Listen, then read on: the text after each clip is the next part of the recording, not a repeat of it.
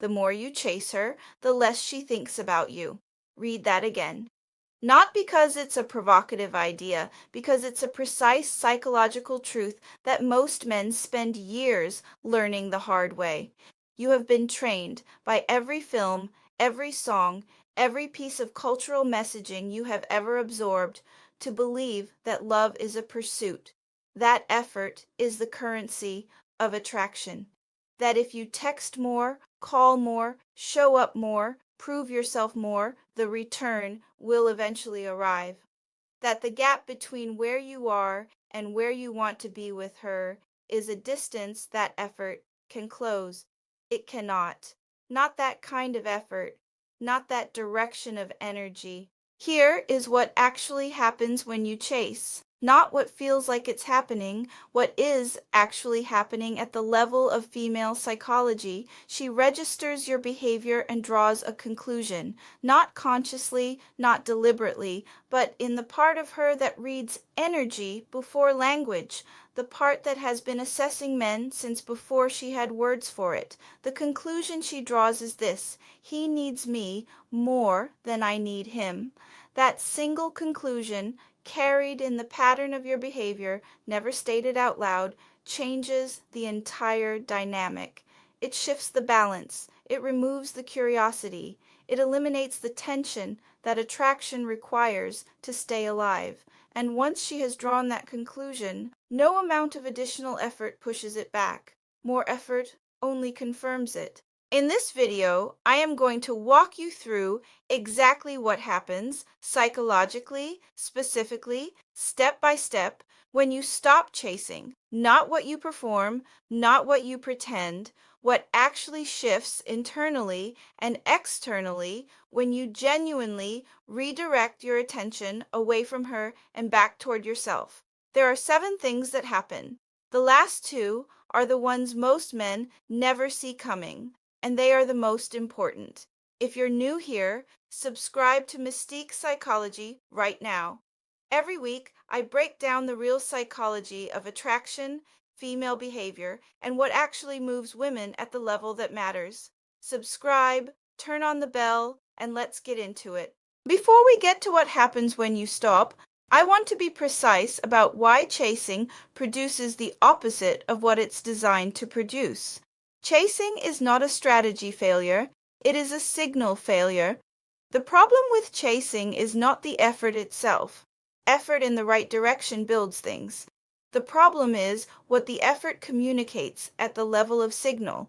When you constantly initiate, constantly respond instantly, constantly rearrange your life to accommodate her availability, constantly seek her approval and her attention, the signal that behavior sends is not, I am a man who cares deeply.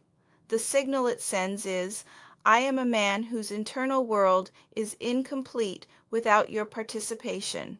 And that signal, the signal of incompleteness, of need, of a man whose sense of himself requires her constant input to stay stable, is the signal that female psychology reads as low value.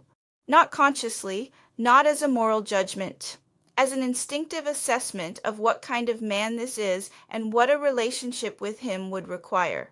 A man who chases is a man who is asking constantly at the level of behavior, am I enough? Do you still want me? Am I secure here? Those questions, asked through behavior rather than words, do not produce the answer he is looking for. They produce distance. Understanding this is not about becoming cold. It is about understanding the actual mechanics of what builds and sustains attraction, and then building those things deliberately.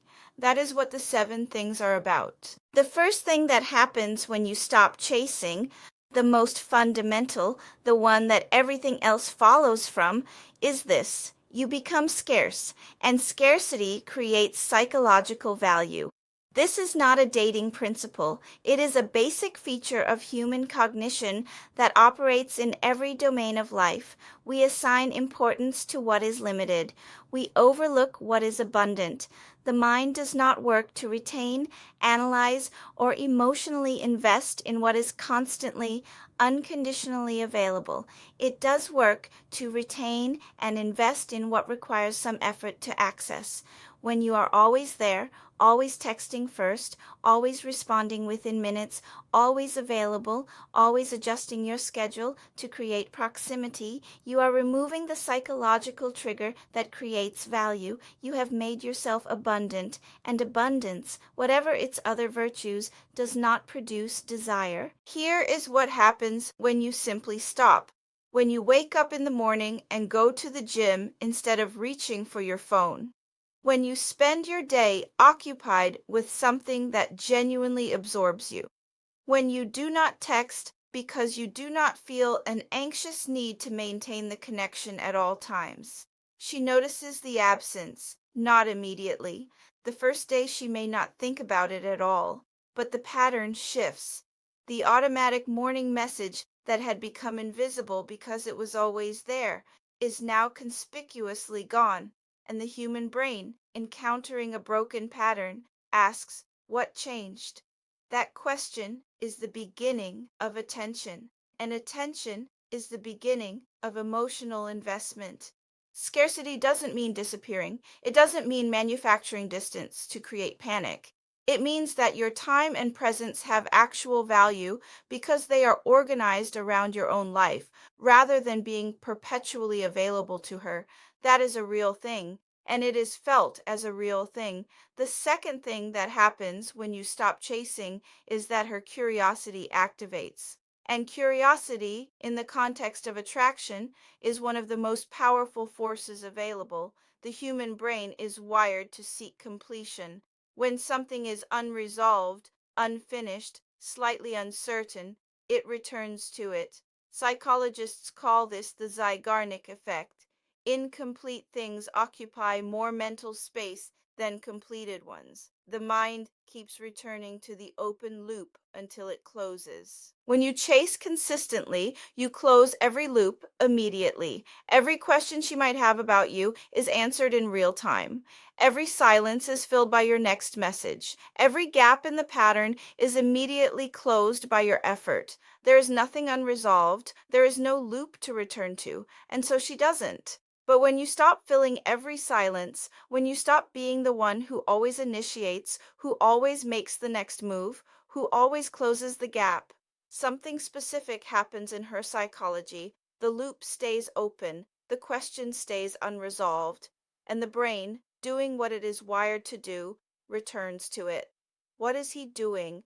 Why hasn't he reached out? Is he losing interest? Is there something else going on with him? Those questions are not anxiety, they are curiosity. And curiosity, unlike anxiety, pulls a person toward rather than away from the object of their thinking. She is not panicking, she is thinking. And the object of her thinking is you. This is precisely what doesn't happen when you are constantly present. When you are always there, the question doesn't arise. When you are selectively present, when you are genuinely occupied with your own life and that occupation creates natural gaps, the question does arise. And the arising of the question is the beginning of genuine emotional investment. The third thing that happens when you stop chasing is that the dynamic rebalances. And this one is important to understand clearly because the imbalance that chasing creates is not just unattractive, it is structurally unsustainable.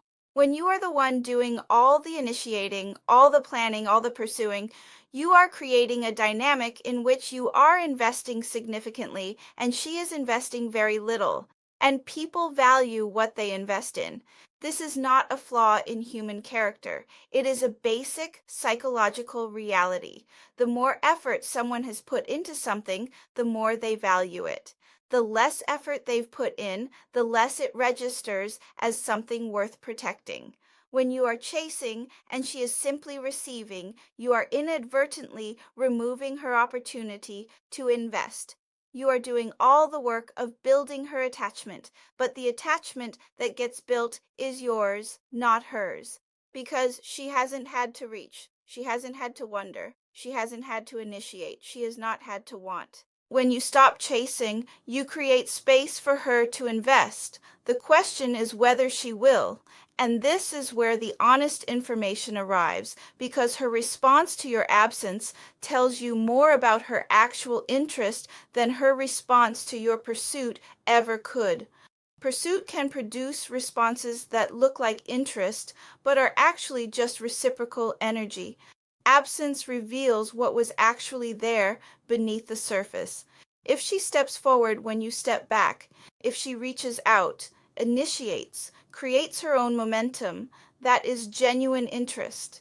Interest she developed on her own terms, without pressure, without your constant pursuit engineering it. An interest that arrives voluntarily is stronger than interest that was maintained by the relentlessness of your effort. The fourth thing that happens when you stop chasing is the one that is most underrated, most overlooked, and most important for your own well-being, regardless of what she does. Your emotional state stabilizes. When you are chasing, when your attention is organized around her responses, her availability, the speed at which she replies, the warmth or coolness of her last message, you are living in a state of continuous low-level anxiety. Every notification is a small moment of hope or disappointment.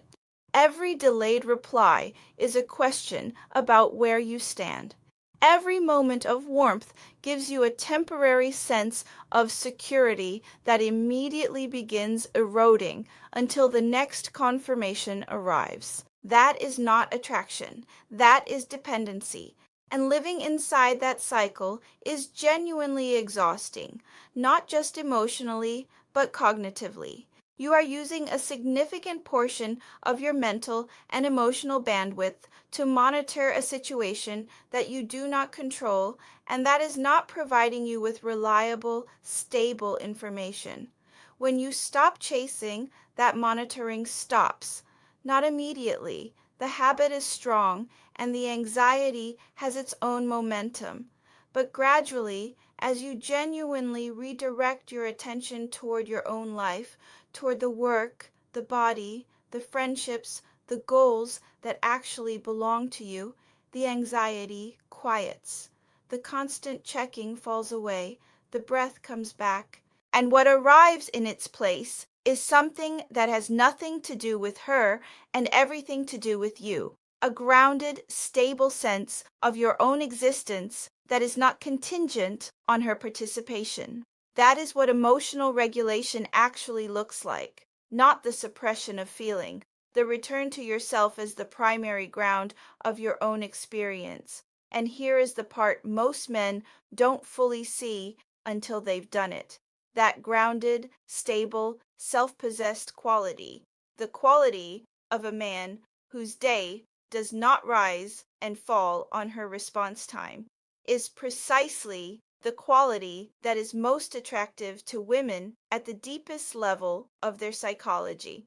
You are not building it to attract her. You are building it because it is the only way to live that has any real dignity. But the attraction follows. It almost always does. 4 down, 3 to go. The next 3 are where it gets specific, including thing 6, which is the one most men experience and completely misinterpret. Subscribe if you haven't. Drop a comment telling me which of the first 4 you recognize in your own life, and let's keep going. The fifth thing that happens when you stop chasing is that you reclaim your standards. This one requires some honesty, because the truth about why most men chase, the real uncomfortable truth, is not that they are deeply in love. It is that they are afraid, afraid of losing the opportunity, afraid of being replaced, afraid that if they slow down, she will move on to someone else, afraid that their worth is measured by whether this particular woman chooses them. And fear-driven pursuit has a very specific effect on your standards. It suspends them. The moment you feel chemistry, the moment the hope of a particular connection arrives, the evaluative part of your mind goes quiet. You stop asking whether she is right for you.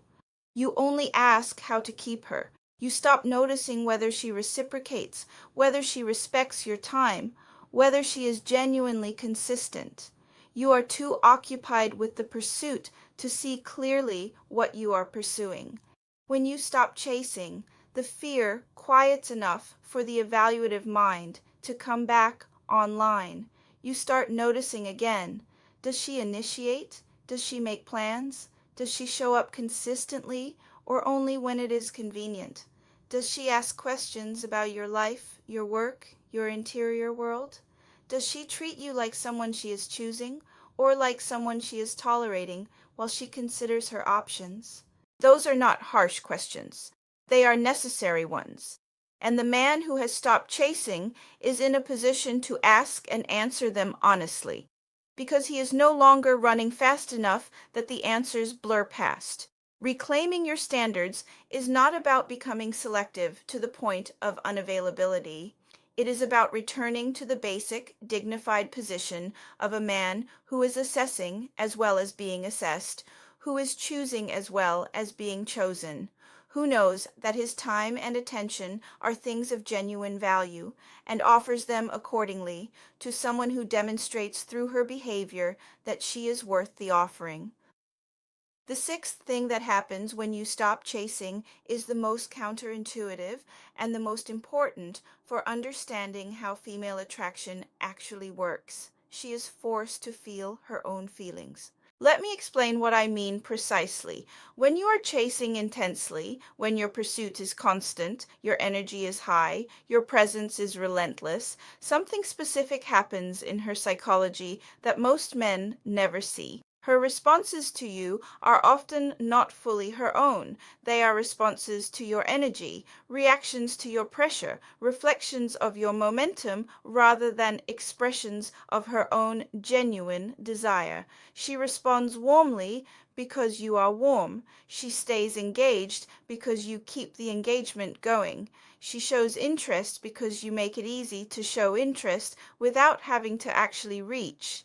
In this dynamic, you never find out what she actually feels, because her feelings never have to stand on their own. They are always being propped up by yours. When you stop chasing, you remove the external source of energy from the dynamic, and now her feelings have to generate themselves. She has to ask herself, do I actually want to talk to this person? Do I actually miss him?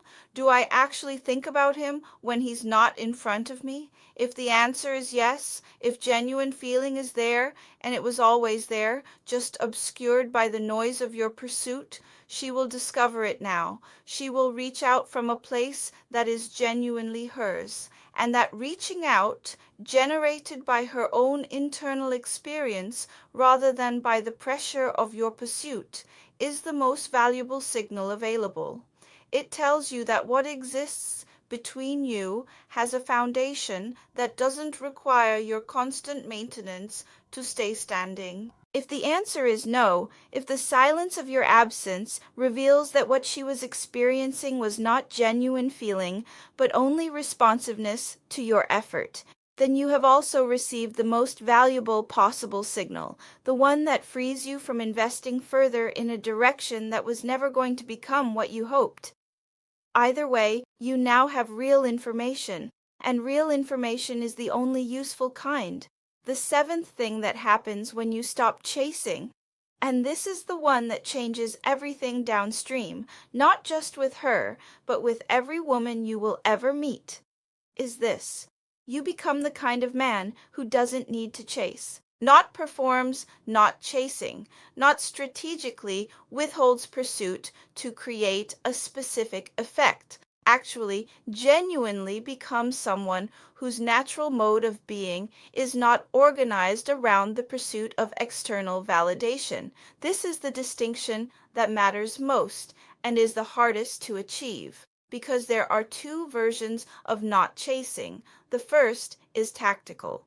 a man who has read the theory, understood the psychology, and is now applying it as a strategy. He doesn't text because he knows that not texting creates scarcity. He redirects his attention because he knows that redirection triggers her curiosity. He is doing all the right things, but underneath, his attention is still on her. His motivation is still external. He is still, in the most important sense, chasing, just quietly, strategically, from a distance. The second version is real.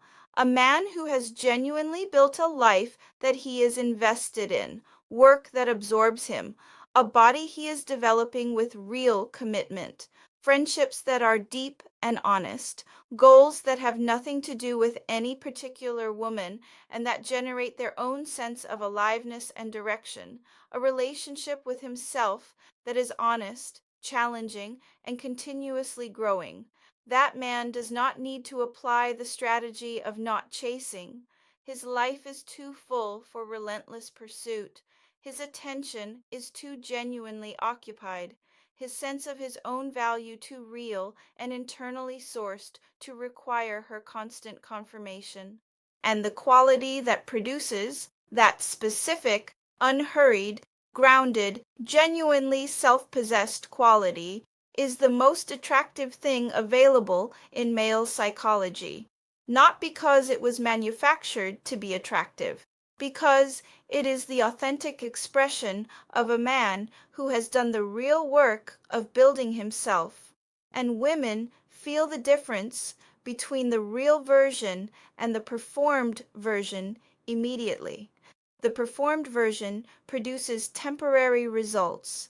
The real version produces something that lasts because it is not a strategy you are executing. It is a man you have become. 7 things. Let me bring them together into the one truth they all point toward. When you stop chasing, scarcity creates value because your presence becomes something that registers rather than something that is always there as background noise. Her curiosity activates because the human brain returns to what is unresolved, and your absence creates the unresolved space her attention will seek to close. The dynamic rebalances because she now has the opportunity to invest, and investment creates real attachment.